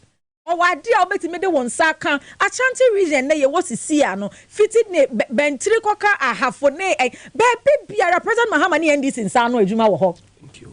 Okwa Kumewu hospital yeja ho na ye almost 80% complete. Kumewu man hene oye doctor oye adwuma wo another hospital. Wasere oman yi amampani we oti so say mon complete the hospital no ntena se kra no hwe ne manfo. What a project. Papa free ho de bia kobe before ko hwe ayaresabo other places. No ankasa ni kro mo President Mahama started district hospital. The K3 water project. Mugabe Kumasi township ankasa metro nankasa baby biara ni ho a wo hu President Mahama nsa no adwuma wo ho 37 military hospital ye replicate o Ashanti region enne akwakosi sen enti Asante mai edi adanse say NDC eni omampani Mahama ye ni omotena yiye no mo beso ama the opportunity sebi o ma so omo party na hwe mo hu say sebi because this government me nya be ma bedi madanse say NPP aban we no. They don't have any track record of development. Toilet. Fiti buzi ama breso, fiti omo na nano ma breso. They don't develop. Enya buzi a debe try free how do you call it as tertiary education? Oh no betrem. They don't have record of building any developmental. They don't have it. The omo one is omo ba obisi ano ma bete say din no mo de ato omo ho. And I said, dear, no, must say no. Enti asante mai, where dear, or my penny mahama bamo nine, so said dear all cano, or yeah, or see a dear yo because, or see or yo, ya wa dance ye pefe a tres or my penny mahama ni NDC, ya dream your man for who ya dream yankasa ya busuya for ya family and friends government. We think about the nation. And we are keen on developing this country, Ghana, that we have. In the Munye, or said, see, my Mampeni Mahaman, come on, Mobechi Biano, Sanya, you're recording in Nano, a your warning media, Safata say, the Mao man for Yatamanu disem, na ya better not a young say, na ya ba, ya then someone money ya can, and a yanemo eddie a boo mine, and no, and I the mutual respect, because in every policy that we make, the end result must benefit the larger number of the people, not just a few. Enti asante man yadamasi andra adifefa mu ye abroad draining so that we want to transfer all those numbers we saw yesterday into votes come December 7, 2024. Let's transfer the numbers and even have it being multiplied. Yen no mo wa kwantu mu yen kasa yen fe from mu nyina say asante man yate denne mumba boa yen na yen tu abanbone every Ghana so one idea surprise will be ewo saa wokunum ene wo hwe ahokeka Ghana for edidi joma mechi a obi hu no wo eye platform na stage no so a eye no wan ye COP retire mekra me hu no the way wasi abonten no e de asa sheki asatman any baby a Mugabe as so oyene ne campaign wo bekwai enti de me can say a soldier for no more retirement no any police for no more retirement Mugabe oyene ni apinisie ni ohawa a oman Ghana ye namu no se nipa no ontimi nkasa kra amamwo we nti obekasa and it's through voting honestly enti I was say we need all those people to come on board, as you say. Tell your military for they be almost sending messages. You know, we need them to come because we have one Ghana. This is, you see, Nanado, Nanaya Jantuaka. So Nanado has checked out. What check it out? What check it out? Okay. And Nabedi a chain so ye nim say what dani vegetable. You see, any nothing and a campaign. What was about me a campaign? Ni na was any kuni a liability. No campaign. You see, the point is that Ghana baby Druno, we need results. We don't need excuses. What you say? And all sound and reasonable Ghanaians come out and support the NDC agenda. We are coming with constitutional reforms. We are coming with transformational agenda. We are coming to rule with dignity and respect. We are in for the ordinary person, not for ourselves. President Mahama, nebusia for send na wa bemu. And so yan crofobit to step up and niti near fufite. He said President Mahama was doing northern appointments. Or the three northern regions in Akabo who said he was doing northern appointment. Not on him say even in the northern sector, the regions were different. And na dia na yehu Gabi say ne nananom hu nyansa e de omu ko school ntino say 125 ministers na nanado choose yes anka ya chimfo kra anka ye because omu no mu nim nyansa. This is what they are telling us. Ya wa ha no safoma fo beka che ye say adwuma ni ho nti Ghanaian youth ye nko ye papa no mo ho na omu kopa adwuma ma ye e no de ne mama ye no call Bako Senate and Bako and say ye bisa no so omu ko interview no mo pass na ono na no ye chairperson for the interview. You see, they are rubbing it on our faces. And it's high time to Ghanaian youth. Yeah, I'm sorry, because Mugabe, your mind here, 60% of us is below 30. It's a very dangerous thing. Good. If the youth don't have anything to look up to, there will be chaos. Fantastic one. May I say, Honorable Margaret, and say, neck member of the NDC, live on TV as well as it, and also on Power 97.9 FM, Star 274 has no was sending was selected for FM number 1, 1 till 5 Ghana, 2 now till 10 Ghana. Now, a Jamesa Kon, me yet draw now, so why a lucky winner. I make Honorable Timothy Atabuade a win term. So, Honorable, over to you. Simple, share. Me were young man, me were Damango, your friend Alasan, was short power, short team beer. He's addict to your program. I mean, that is so art center. Yes. So feel no. So Kasana, some go Kasa, wada. Now, so soon, so bujim. Art center, you. And a lot of young people across the country, we show program. I think the top quality program, I say, Bahayaka. And I mean, I'm going to say, 60% of the youth are 30. The munya be because I'm on fire, ya bro 30 and count. Now, my lemon poker said we need a blend of the youth and the elderly. Said if an elderly fellow from 50 to 60, no, we a minister, I said the young fellow, no, a deputy. If you're a CEO, then the young man must be what? A deputy. Said we'll all be sharing ideas as we move along, because this is the time for the youth. This is the time for technology. This is the time for innovative thinking. This is the time for experience. This is the time for the resources of this country to be used to cut across. And yes, you are from a Achim family or you are from a different part of the country. Because we share. From the beginning, from last 4 years, manifesto what you call groups no and you call gather information from them, because it's no more time we manifesto no atna krana nkwa wo de wa adwene mu atworo no. It's an era of technology, it's an era of innovative thinking, it's an era for the youth. And the youth know they more access to information because of technology. Maybe ought to be I don't sakra the koba dear pe. So the listening tour now, President John Dramani Mahama corner, that is the right way to go in modern politics. It is participatory democracy. It is democracy now. And so biaka no shushem said oh baba muna uye it may be beside there. Now call around saying your catch down. I was happy that there's a young lady, I will say, young lady B, one concern will be on because he's taking note of everything. It's no more for no be tribibio or no prime minister say Gabi. Now we're dictated to the president as to how to rule the country. It is a government that we are going to form. A form government. Everybody got feeling gadochi will be a shame. Go forward. So the 24-hour economy, the touring, we must all support it. Because look, I was also happy that Tona Okoeno, the major one happened in Kumasi, the belly of the elephant happened on Honmo. And I'm happy that Nkrofobi came and they are going to counter that, like my sister said, the woman transmitted that into real votes. It's not just patronizing and karma. We want it to reflect in their vote, to tell them people that resources are even KJT, your friends are comfort cheating hospital. It is that Santehene as here or no warrior la la sulala. Warrior what do you call contribution? Party a region can vote over 1.7 million voters for you. And you can't develop. And you cannot even their hospital put small resources there. They are far from Cecilia Dapa. Nipa Bako 1 million, Nipa Bako kita $1 million. Then you cannot renovate it is an indictment. And the people of Asante, they should wake up. They should wake up from look in Chebi and in the eastern region. The road thickness is more than 8 inches. 11 inches. 11 inches. I measured it. So the whole country.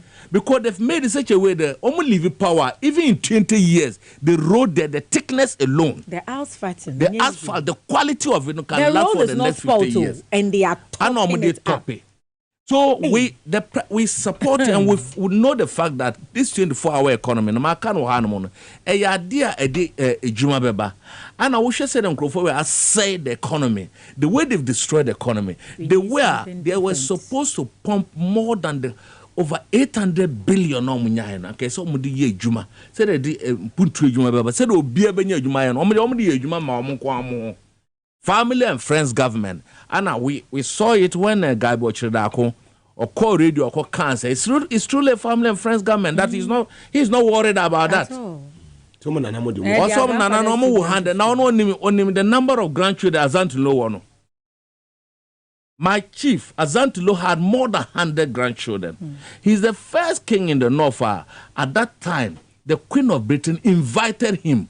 They gave him a Rolls Royce to come, Prince Charles, or Oman Rolls Royce. You know why? Because he contributed a lot of people to the British Army at the time.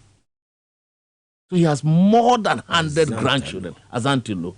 And if Azantulo said that the man or the man on Kassan on Crawford, Kwanka, school.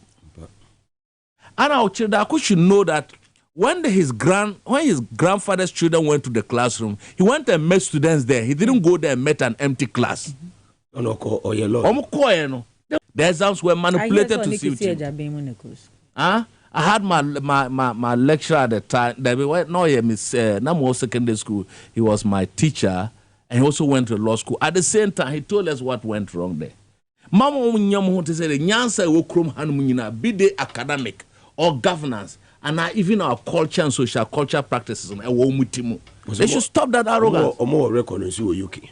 Their record. Na record ni edi okrom ha ada ya ma wadwuma se be ya wo record mpo amwoni akomu ni record anka ewu okrom ha record na nya papa na school amuko ye poni e ye gabi mu school we dey anka o ma fa ya nko school crank omo brofo no krom ka won ye mpa ya ko school Sanma Secondary Technical mpo ye timi ka brofo gabi mu school dey anka ya fa ya nko and anka ko London dey anka nya ha na etio na se na book no mo bosu mu na de o ma bi mponi na third class na and yes and president ya I keep saying on to me. And you have the nerve to sit on radio and John Dramani Mahama has told the people of God this country he's going to do a lean government. It is lean because Mugabe, Ghana Hanumono, Yesika Semino, are completely useless. We cannot borrow. And the taxes are so it would be proper for John Dramani Mahama to come out with a lean government. You know, say he's going to do a lean government. He's going to ensure that corruption is fought. Whether you're a member of his team or an MPP member, he's not going to joke with it. And then he's also going to ensure that now appointees on Befano, because he's not going to spare any lazy appointed member of government when he comes to power. So these are the policies he's putting in place and explaining to the people. And yes or no, I'm experienced, I know everything. He must still also listen to labor. He must listen to the students. He must listen to the youth organizers. He must listen to CSOs in this country. So that by at the end of the day, it's a government for the people, government of the people, and government for all of us to participate and ensure that the best is brought. Look, and Nama who say video back on his meeting also labor in Kumasi, not just rally now and answer I don't meet him. He's going to listen to labor. What catch him some about power, they should give him some to look at because the figures now we are having now, we are not in government. It is the figures they are telling about the economy, about inflation, about debt to GDP. We cannot be sure. It's much more than that. The destruction is also. So unless you sit and then you ask the governor of the Bank of Ghana to bring out the real figure, because at that time you'll be forced to bring out the figures. No, you can the actuals. You cannot make promises that not promise now. So and you say that is why he said, look, when I can give me time to ensure that I get the figure. When I get the figures, I'll bring the figures back to you. But say near who's the figures normally might not true because me I believe I believe the figures are much worse than what we are seeing in the books. The economy is much more destroyed. And to me, look, but the $600 million now from the IMF. From the IMF, we share the U.S.-China economic and security analysis of our debt. Is over $31 billion. If you check the data, $31 billion. That fast sign hydro and Eslan is more than $31 billion. If you add that to tax revenue is almost $400 billion. It's over $1 trillion Ghana cedis and $1 trillion Ghana cedis. And I calculate this animal who near mom the even from the Euro market, 11 billion Ghana cedis. Look, Euro bonds alone, 11 billion. It's 13. It's not even 11. It's 13 that is when billion you add Euro Franklin Templeton. You have to add. You have to add. You can't separate debt is debt because so the debt is colossal. The debt is threatening the security of this country. It is not a joke. And you need experience and innovative minds like John Dramani Mahama to lead the country to where we should be. Exactly. Yeah, and some adanse a year from another dancing in the kind was say Jomama waye be pain. And nipe dinner china soon or uncle for or by Nyafina or Bebress will be uncle for no be Juma, baby or minor Drusi Siano, and Yafini a coy Mekosahe. Or in any statement, you know what I say. That is it. And yes, I think one chief also said it, and a lot of people are talking about it. We share the caliber of people in this near Dawson. Me, my sisters, almost everybody's. And look, the experience of people moving around with him, the youth that also they blend. Look, me who your papa Dufour was there. You know Dufour's experience, Mugabe. You know, he does not even necessarily need to be the finance minister, but his advice, his connections internationally can bring us loans that you bet me and even investors. His investors, his connections out there is huge. We all know. Look at the caliber of our members of parliament. Tell me, compared to Wama Mohon, you compare compare our national executive to their national executive, and tell me that your national executive why they did Juma education is or our members of I know them, we know them, the whole country they know them. Apart your deputy director of communication. It is in this country yeah, the politics are cheap. Apart you want to be on Tibrofo, he talks anyhow. You want to make him a deputy there for a major political party like the MPP. My party whose stronghold chairman is wound to me. It's wound to me. Stronghold. Abronye. So for me, it is clear. Look, it is not an era. You be educated chiefs. Mugabe, it is an era. You be educated chiefs. You be educated religious ministers. Look, the youth know the information. Shall me call you know Texpo Market on Spintex Road. Because tomato nika crabia koye pepper beer. The woman I was buying the woman are not autonomy woman. Now catch as I'm near boy dancer. Or say near man no boy them because near man quayo chroma. And I say, well, Yaman I must say for more for now. I say, yes, yeah, and can't be Narcissian. Only they know the woman says something. Which is and now be my man for who say what is happening, guys. I say me say me the endis also one is here nyina ebeko na no ma beko no man be frame you obi sam say na kana o ma bono na jo ma ba de no betima ayafa ka no ho. Look at a woman asking me that question at Texpo Market or Tonto so na m ka chene say mama wa ye bi da he has experience wa jilo nyes on je be loan wo de ye adwuma ono na de ye unso on mo bentama port expansion me ka say Sajumana kama John Dram. I see John. Was a potter or no? Gina was another woman. Was a come? Says me now. No man impulse or started by hospital. And I'm saying terminal 3. What's the sign away?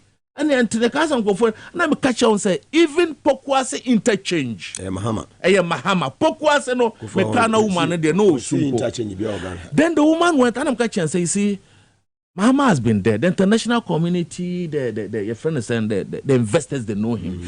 And investors in this is here. We just can't be Juma. Almost shade the Musicani, Obi and Robert Tunisika go via CEO. Obi and yes, sir. One the woman said, I'm catching says, Mahama Ba, first and foremost, the people know is the investor know only say a new government. And because it is a new government, they are always prepared to work with the new government, notwithstanding the debt situation. And they are for. And they, we have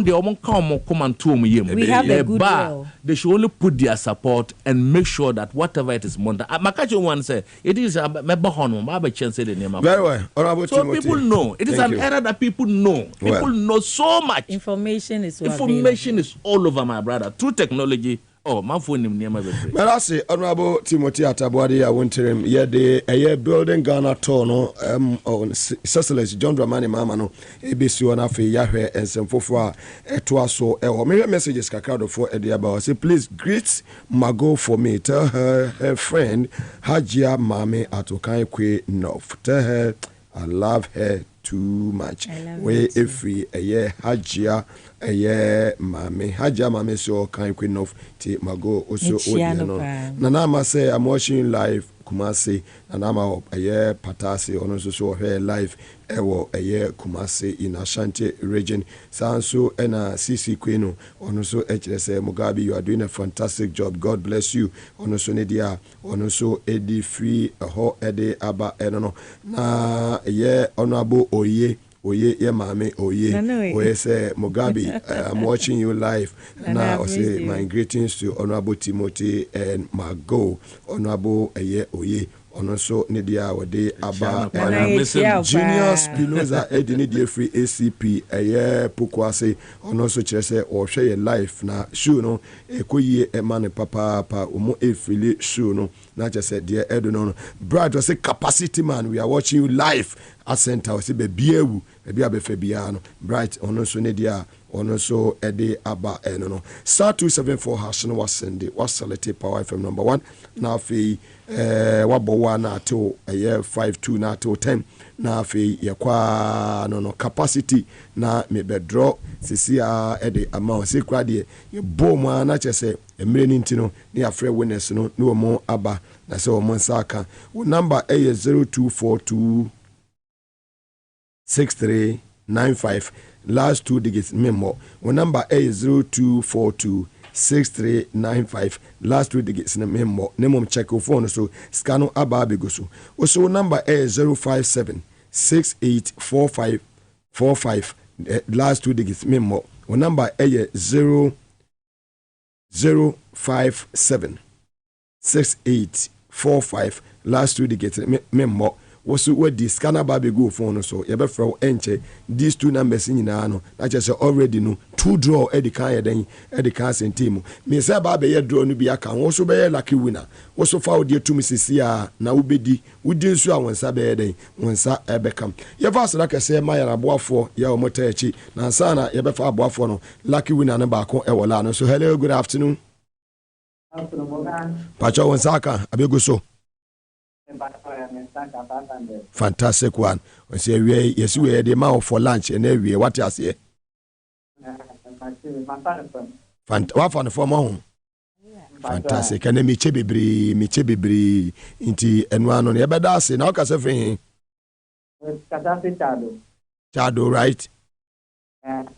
Ya no ma hwe mo sase ni ye na amanfo je amanfo sase wo chado ho pa me wo documents in the am hwe mo sase ni ye why me de me cancer say one madam mago on mago kasa ya de on papa mo me aye nwe ni dia ni pe abe foreign seminar plan no one plan here anya dia be nyankopon ma for I former president Yebedase. Yebedase. Yami asumi gwen kan. Ever say like say farmer power specialist about hospital say fatty liver problem and our sciatica and how and our prostate problems. No penny baby na atechima for nature power specialist about hospital. Kompo and how above minimum kakraka obebo amani in every word amount fibroid the man obebi ho ayese be kwa kuyi na wodi egu ni nyina nche say fibroid no afa na wodi nyina afa no ani say wodi ni be kire power specialist about hospital obebo say hepatitis A B C D E na etete ni nyina no mami obebo ye papa nkrabata miensa na wogan ha Kumasi fofo mani enche free yase Lake Bosumtwe Kwantempo no so one Jasbo filling station no na edi enhwani mu ankra hanso kwa benya Kwase Kwantempo no so ACP kwan so pe power bus stop on abehuno takrade o Anaji Estate adjacent Anaji MA Primary School fe now ne mami ntwetwe nkomo 0244544422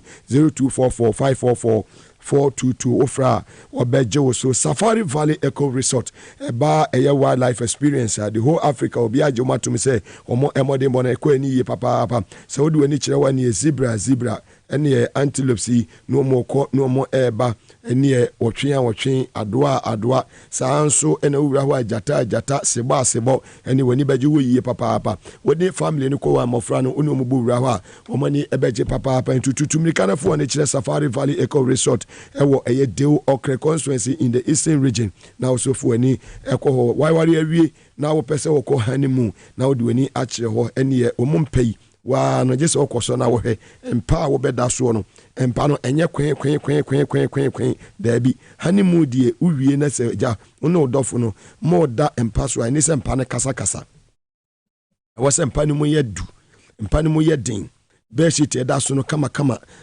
mattress ɛda so no kamakama sumiɛ papa bi na obey yi wɔde ne ti ɛto so na wode wɔn nsa afa baabi ate aseɛ ɛne ɛwɔ dɔnko a honeymoon ɛhɔ birthday wo girlfriend anaasɛ wo dɔfo bi wodi ne birthday na wode ne kɔ hɔ na wama no akyele kakra ma ne mfili ma ne nkyele ma ne hu sɛ yes wo dɔ no wate aseɛ kɔkorɔbaa no yɛ nakoma so adeɛ ma no ma ne hu ne sɛ waa wo ne nakoma mu hema fa obuɔ ma no ma ne nte asɛ sɛ wo dɔ no woyɛ ne saa obemu afili adeɛ no ɛhɔ na meka fo Safari Valley ama fo ba no kɔ hɔ na wɔkɔ na ma ne kɔ kyele no wanyi nani na da bia no ɔde bɛma saa wodi wani kyerɛ ɛyɛ ɔkrɛ hɔ no mo from 0596914394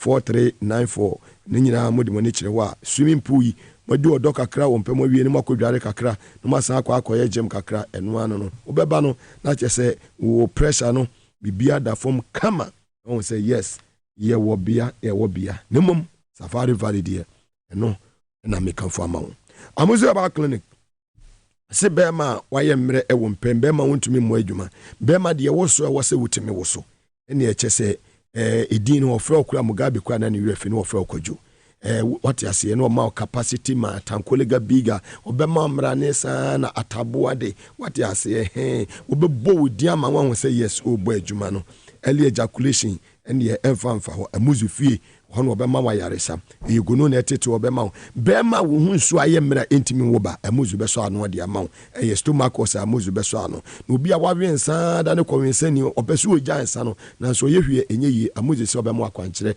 ebebo am watumi agya nsa no stroke na etete won fa kɔ hɔ obebo awo amuzu aba clinic ewo Kumase wo eye tafo nhyiaye so moro market wa amuzu janche hona abi hono saso na kaso amanfrom oben amanfrom police station no Shama Lebanon second step Madina main station adjacent Mekom ana Chemota wonkra ha wo Christian village woni Puma filling station no na edi enhwani mu fe Dr. Amuzu na ne twetwe nkoma awie yo e wo 0241959326 0241959326 ofra Dr. Amuzu obejo so misaka mijina so star 274 hash na wasende select point from number 1 wabo 1 na 252 na 210 capacity formula na meko sesia no already medical ashe mienu me se be che bibiri ayeden aka ho ene yese me ma wo dina me ma wo de odi beko dina obenya baabi atena na wanya de obedi intimi sepe mu me che bibiri emfa mamusa inti twa na wotwa number no udi ya mebo ha na afro na de wato so mameko back to mabedwafo no so na afi mago information ase ewo other issues na efa labor hunsensem ni ade TUC organized labor ni ade any special office of the special prosecutor ni ade issues no do so adawo ma mini baabi abepeke na afi Mugabe na ubisa minya bema say ohene na sem na o kan no hu ni say we dey from na adanse say President Mahama has the men and he has the experience Yera national chairman over the weekend a baby or chair me a baby na pese me busa abe o say we ni kramaya na dey aponchi kwa hayo uni kramaya na dey aponchi kwa hayo enti President Mahama o won kraman ti yankofa aponchi mfa ne nko hayo enko hunting dabi enti President Mahama has the team he has the men sure say general chairman Mugabe special prosecutor you see omampani na adodanko akufu adubai no kofa yewura wankasa wo wofa Martina Midu me papa o bai wonu da bia o tie ne fide ne da ha na yewura Martina Midu yenyina yenim ne bobre ne dibre wo man mu na ono so ka se oba be fight corruption dem se na ye na adodanko akufu adu se anka owura Martina Midu okwa akọ hwehwe asem fufuro bi no de abre no it was his government.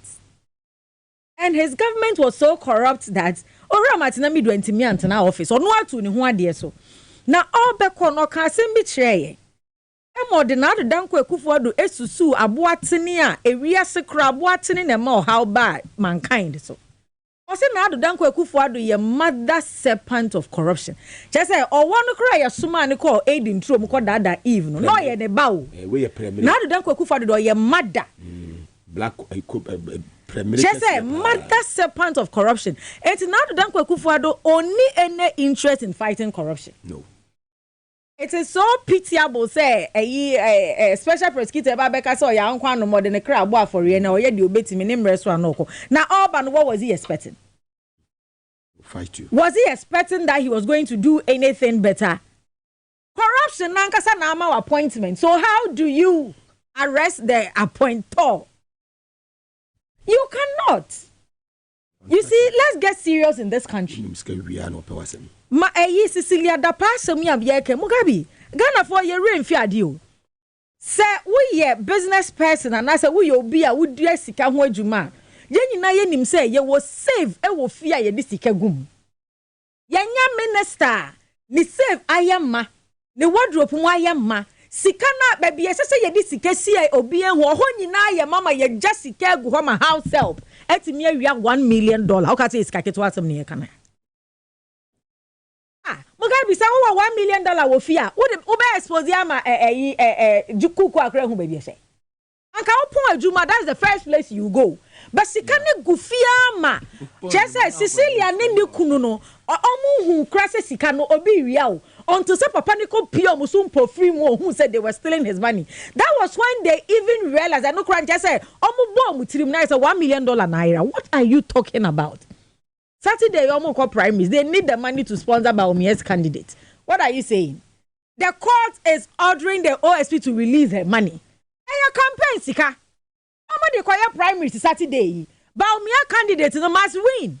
They are sending, they need the money to send to Intermarshall. They kept it at the OSP, and now they need the money to release to the delegates. These people are specialized armed robbers. Chese omashe coat no mukita pen. Shabra Cecilia da person by. Look at the letter the president wrote to her. When the case has not even been investigated, no, also she will come out with her integrity will be cleared. My dear Cecilia, they were writing love letters over such grievous offense to a nation. An offense that hurt the soul of a country. You have ruled this country with mad, and I'm not the country is not moving. You have hurt everybody, including the soul of this country.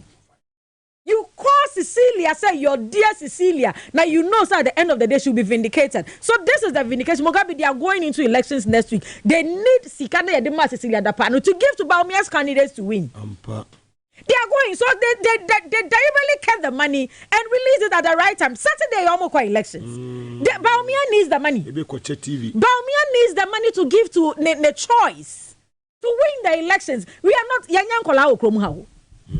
Now you see, Ananado is so manipulative that I am surprised that he said that being either say he wasn't part of the plan, and I say he also playing naive, and I say they are playing tricks on us. But someone here, so Okromhao. We know what is happening, Mugabe. We know what is happening. Ye nim se Cecilia da pass me enkosi baabia. Eno ena ne aba bedru he. As a Blasters Cup tournament. Oh, na me 10 p.m. me bo be 8 in Shabadi permission so ko hebo me so de ko. Me ko be 10 oba mami, I'm sad. My heart is broken. I'm so welcome to the club. Welcome to the club. You are sad. Me ti I say me nini ever hate TV. I won't watch Blasters match. Mugabe, the fact is that these people are organized crime people. They organize the crime. They know what they are doing. They deliberately kept the money. They need it at this time. Saturday, they are going to give it to Baumia's choices. Create, loot and share. Exactly. That is what they are doing. And see, all those are gimmicks. We don't need those. We don't need excuses. Martina me do crying to me. Now, I said, "Don't get your baby or sanchire me be." Or see a fear and name no shakaba now. She and no shatadia also what way. But me do crying to me. If you were an name, or shakaba now she and no shatadia buzanza what way. Bemana fashe. Martina me do me now a you could see a jabe. You know, they should stop. I mean, Mugabe, all that we are waiting for is President Mahama December 7, 2024. Yeah, catch Ghana for say we are coming. Yeah, the quiet elections. Now Mugabe, accountability and nothing person. That's why we are calling well-meaning Ghanaians to support the NDC so that we hold these people to account. Because Kenya Japan cry say candidates no. Presidential aspirant back on or say those that solve the problem, they don't have the brains to those that cause the problem, they don't have the brains to solve the problem. Also, call IMF, they cannot take us there. Now say he's waiting for a new president to solve the numerous problems that he has come to create. What is he doing there? And what's up, Makaya? And I also check it out. I can't answer it. Also, Nanado check it out. Say I can't bow me no so. So my car just said, "You was any queen liability in your banning a campaign, man." You see, Mugabe, and then they say, "Don't get your kind or say, who nick Ramaya."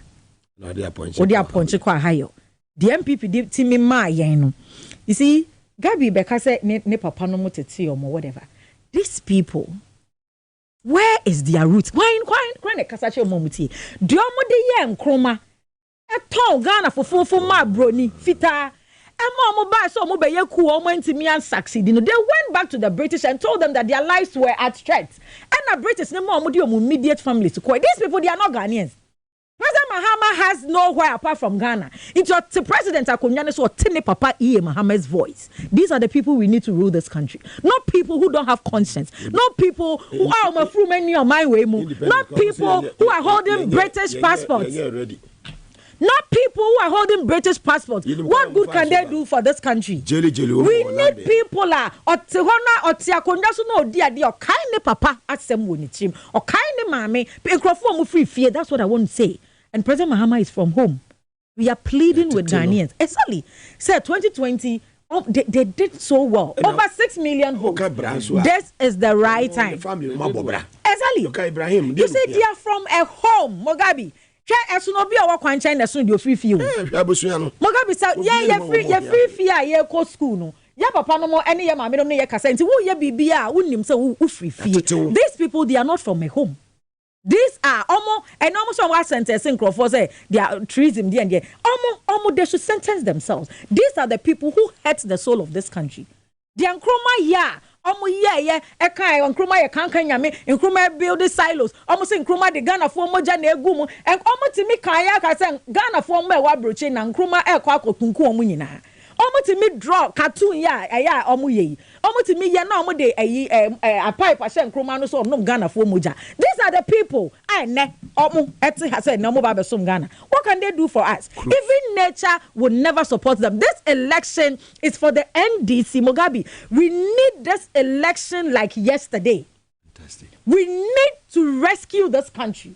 And as President Mahama said, NDC train train so tua unim say engineer jina bata. And to wo be join the train na yenko. Na aside the party, Mugabe, we have a future to rescue, which is Ghana. Fantastic. And our children yet unborn. But I say, Mago, high power 97.9 FM and TVS was it. So he will come say, oh, hey, or Domain Crow, oh, hey, or Brikuma now, hey, or Bolga, Pussiga, Boko, Binduri, Garu, and now, hey, or Tepa, Subisu Chabedi, and Kasi, maybe be away or go so, Sandema for, maybe I'm here be a Yamakwaba. Ediba TVS was at Nepo FM so. Well, my call Rabu Timothy Atabuadi, I won't tell him so. Now my car say Gusua ni star 274 hash. Was send the was the Tepo FM number 1. Mesako enyumri. Ubenyeska or the bechele ene enyumri. It's Friday. It's na me ba. Masama obi account. Ene men you who in feel lucky winners be part of the lucky winners. Honorable Timothy, over to you. Special prosecutor, Sama if you yes, may the best first special prosecutor court ruling on the ACP. Fantastic. Now the issue is clear. My sister Margot has done well to the special prosecutor. You see, every law or policy would be bad. That's a with real intention and it's not in good faith. The law fails. The special prosecutor in a normal it was to target John Dramani Mahama and NDC appointees. Finished. And now look, take it from me. You know, look, for the record, the intention, the spirit behind the special prosecutor's law was targeting at John Dramani Mahama and his appointees. Finished. This is office. No, trust me. If they were able to Airbus, they were targeted. They were. It's nothing. It's pure propaganda. Clean. There was no corruption on the part of John Dramani Mahama. Onokasa chilling almost omopa. Omunko duba omunko hunu fina omuso atona. Omuntono omunfes kanbe buagana. 7 years on. Captain Smith saying. Almost say, oh, the Airbus. Yes, no report now. They are target. Send another catch someone. Okay, call the what do you call it? The appointees catch on say, hey, we are going to bring back Namido on the way. Winipa. To jail. Nipa no be jail ma. It said the Jata chin and berry. What we and why now can was him. Jatana na wonim. Jatana wonim. I wouldn't bow you. Also, appoint you. So the real intention for the special prosecutor's office. In fact, we're talking about independent prosecutor, not the office of a special prosecutor. Initially, the talk was about independent prosecutor. The intention pushing it, the measure it was to target John Dramani Mahama and his appointees, especially John Dramani Mahama. That was their target. Now, when we hear now more coffee about Namidu by and yes, no more pemad Amidu Nasemo. Or they knew that Martin had some challenges with John. At that time, John Bar or Barry Martin. I'm almost kumana at Tomiyim. Ye peki wono as a running mate. Yes. And Asana. Yes. Papa former foreign affairs minister. Yes, Mumuni. Ansana is a John Mahama. And Obia, Martin is my direct uncle. He's a Bulsa, my friend, son, my friend Kadma. And I go to him. And they knew that when Martin came there, because he had challenges with John. Oh, until MPP near me, Uncle You. One phone one and Crawford on Cochon. Didn't bad, Yanka say, Yen send me more like Pontius Pilate. Yamahurman some more. Na Jews no more among Casamon Cochum, Jesus Christ among Kuno. That was a real thing. Take it from me, Mugabe. So the law was not crafted in good faith from the beginning, and it was not crafted in the spirit of the Constitution. It was crafted purely for witch hunting, and the witch hunt, the major witch they were looking for, wizard they were looking for was John Dramani Mahama. And when Martin Amidu Koyoko said no. Nipana Martin John I had to say Jesus Christ when they presented him before the people. Oh, Pontius was now Nipa Onyeshi. Martin Sushe books, the man did nothing. He said it. There was nothing incriminating about President John Dramani Mahama. They were turning a Nima or share a flaster who said, now we walk a sian pan the honor minimum. Premierino, no, the hopper. And all Wumbagu egu Ghana. She said, and Mbane Ghana Hanmon. Must we repeat what they did to Ghana? Omo no want to filing form for MPP to file. Eugene has spilled 32 flats. Eugene within a period of less than 4 years. Eugene what 32 flats. And Oja look at his luxury cars. I know what Sifie ni be ediesi nsuano. Waterfront. What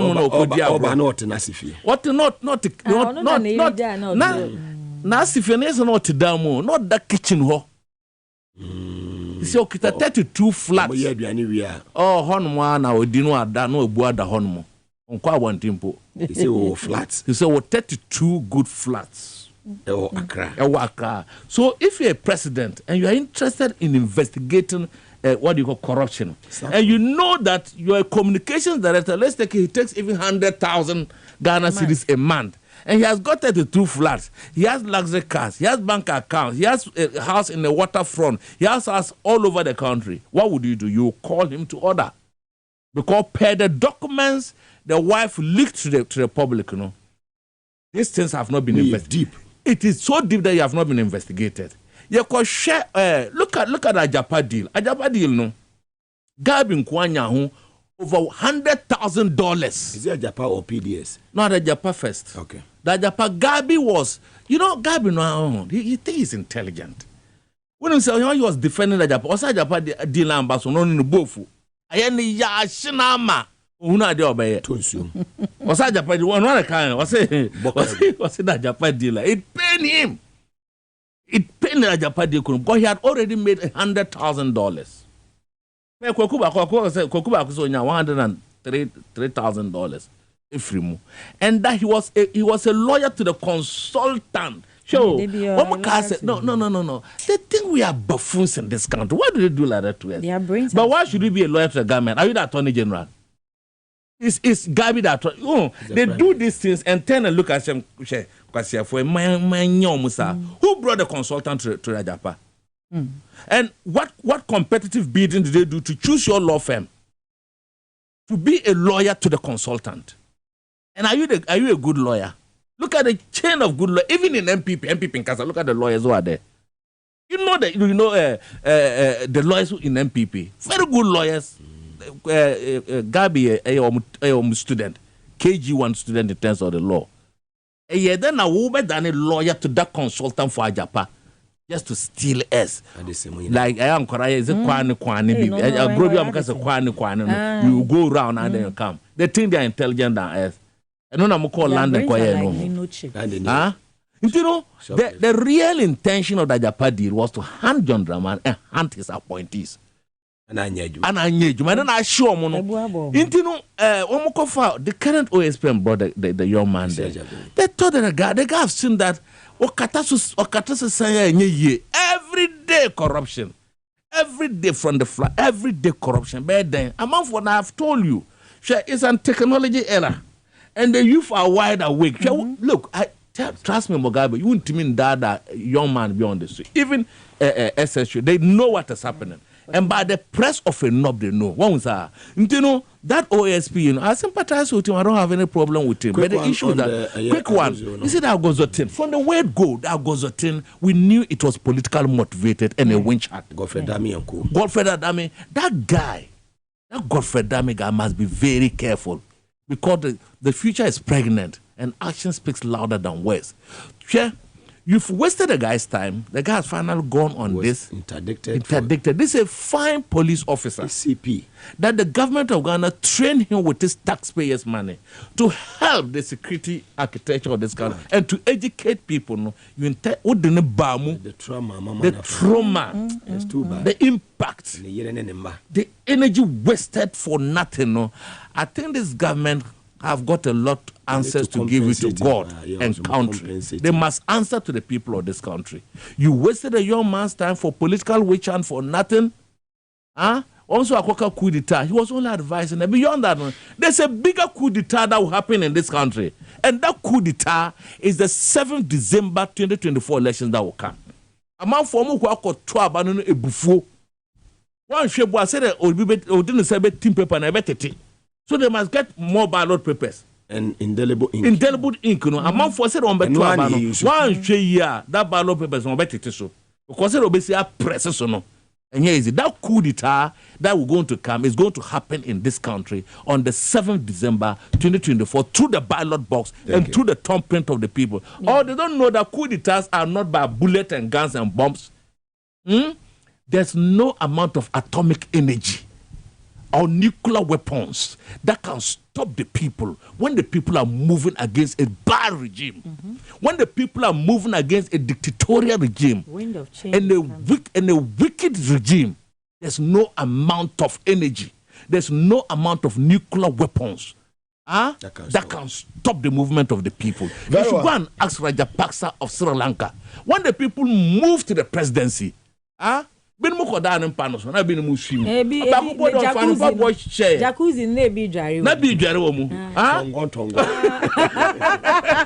come go so na so fa kakra wa yeta Mugabe dia yesre Ghana for ne say President Mahama aye biafo aye bida ono ana yeda so aye ton no yesre Ghana for nyina say mob cop empire bo amombo bi ma no na NDC yenkoso ayenton President Mahama ne ye candidates nyina nyame adom yenim ye MP sa eba nyina 275 nyame adom emso dododio na no omutimi ye na say almost we are almost mention for say mention I think a few places enti yesre omo NDC asem na yeda so ayeton Magana for yeton fa hudie yeton ejuma papa 24-hour economy and yes, NDC train, it's moving, moving material. Yenina yen get on board. We are elected executive. We focus. We major aim, and they say we be making sure say we parliamentary candidates and we president. President Mahama bedin kunim wa branch. Obi biara belongs to a branch. Obi biara belongs to a branch. Go to your branch and work. Accra is not a collation center or a polling station or whatever it is. Everybody must work from their branches. Other regions are doing it. Inti obia she na omoso omunye ejumana na Ghana ending kunim because a victory of the NDC is a victory for this country. It's a victory for our children yet unborn. Half a minute. My daughter is graduating tomorrow. Oh, okay. So we will name with the boy at the University of Ghana. So you are all invited. Mr. Arika, he also ne Bayano so graduate. Oh, beautiful. And we like the way the young girls are. They are men. And I congratulate every student that will be graduating tomorrow because they went through hell. Their parents went through hell in this economy. And so me graduate. And then happy birthday to your daughter belatedly. Wish that her aspirations come to fruition. Very well. It's a MPP primaries so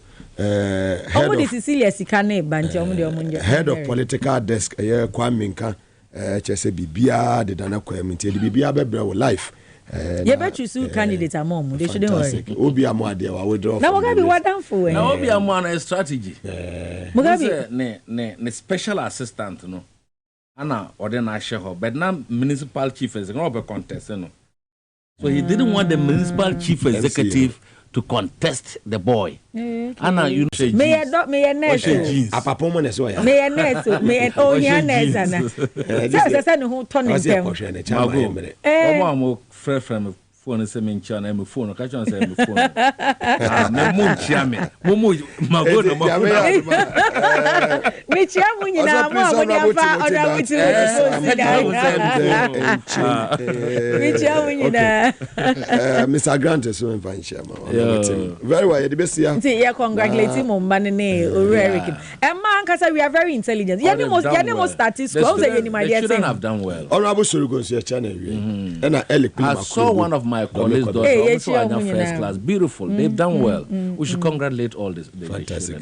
Well, Mugabe Maase ni midin ote Honorable Margaret and say neck member of the NDC and Honorable Timothy Atabuade Awinterim, former MP for Busa North Sandema in the Upper East region of the Republic of Ghana.